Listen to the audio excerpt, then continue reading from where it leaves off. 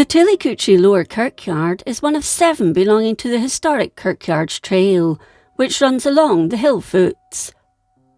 The others are Old Logie Kirkyard, Alva Old Kirkyard, Tillicoultry Upper Kirkyard, Tate's Tomb, the only private family burial ground, Dollar and Muckert. The lower kirkyard in the town is situated to the east of the parish church, formerly known as St Serph's, on the Dollar Road. The previous parish church at the site was built in 1773 to replace the old kirk at Kirkhill, but the graveyard had already been established before this.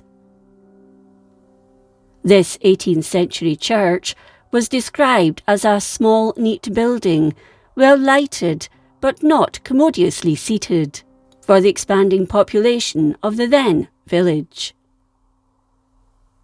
The parish church we see today was constructed between 1827 and 1829 to the west of the 1773 church.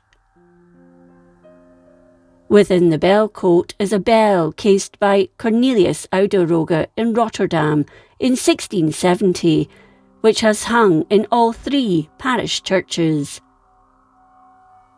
It continues to be a place of worship today.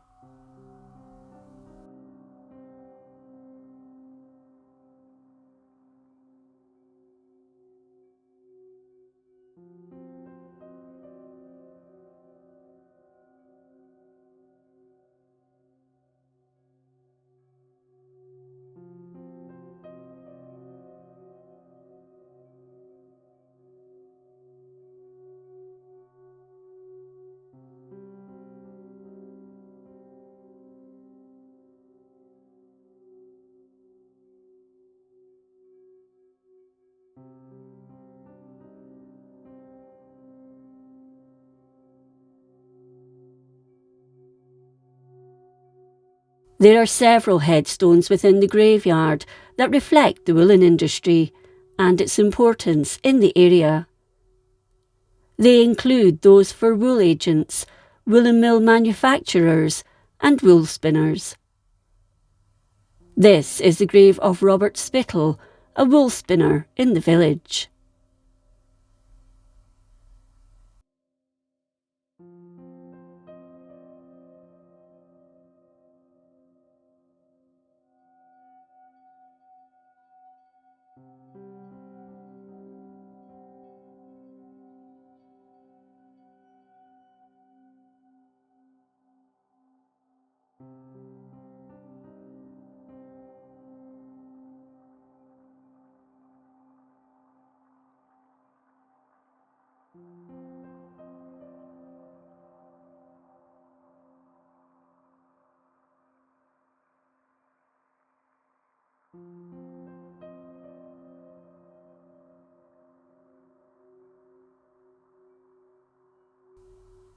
This double headstone belongs to the Peyton family. James and David Peyton were the sons of Alloa wool spinning manufacturer John Peyton, who had founded the Alloa Mill in 1814. His sons established their own spinning and weaving mill in Tillicoultry in 1824, creating J&D Peyton Limited. The 2 brothers went on to marry 2 sisters, with James marrying Margaret Archibald and David marrying Agnes. Their family was also involved in the local woolen industry. Due to their successes, the brothers built 2 large houses next to each other on the Dollar Road. James died aged 85 in 1882, while David died in 1890, aged 90.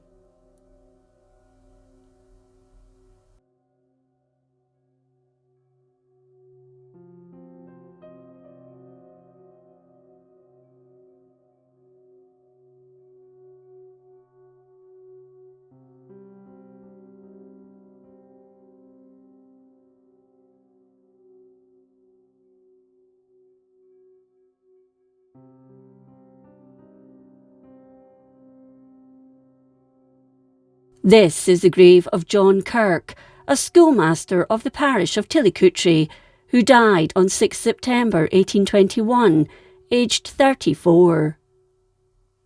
He'd been the teacher since 1810 and had taught Crawford Tate's family at Harveston for a time, including the young Archibald Campbell Tate, who later became the Archbishop of Canterbury. He left behind a widow who lived until she was 80.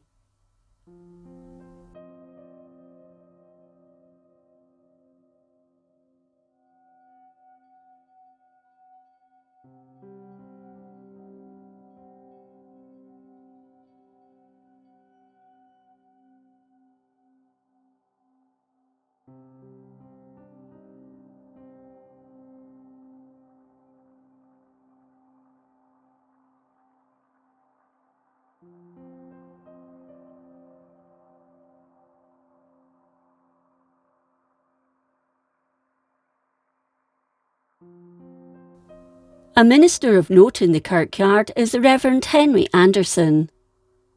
Born on 9 February 1779, he was ordained as minister of the parish church on 3 March 1808 until the disruption of 1843, when he joined the Free Church of Scotland.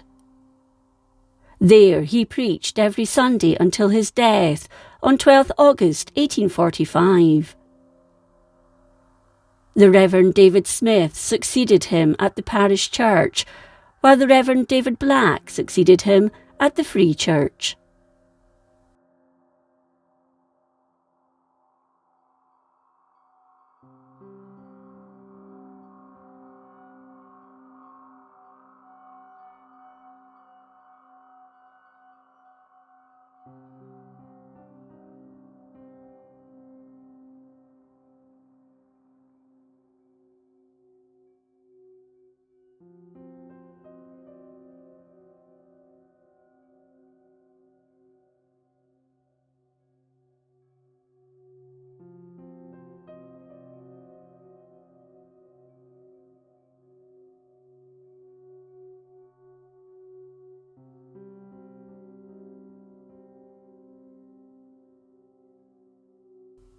Among the stones of note is this one dating from 1731, which depicts the tools of the trade of possibly a baker.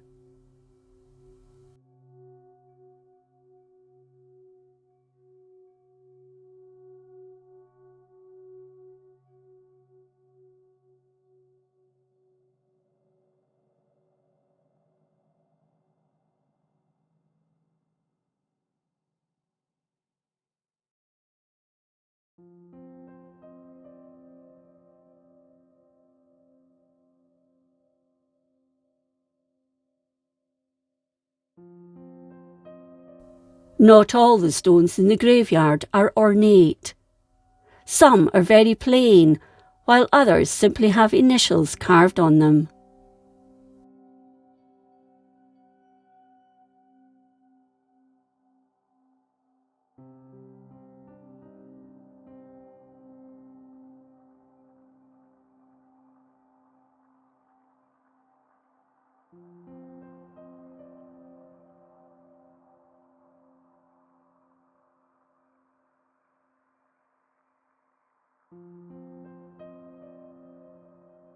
One unusual grave in the kirkyard has the name inscribed of Hiram Gillam. In the old parish burial records, it states he was buried on 20th August 1804. He was described as an Englishman from Sochi.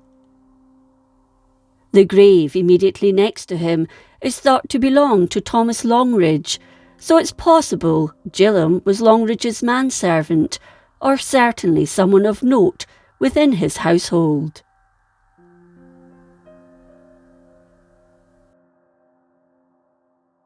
If you enjoyed this episode of Scotland's History, please like, comment and subscribe.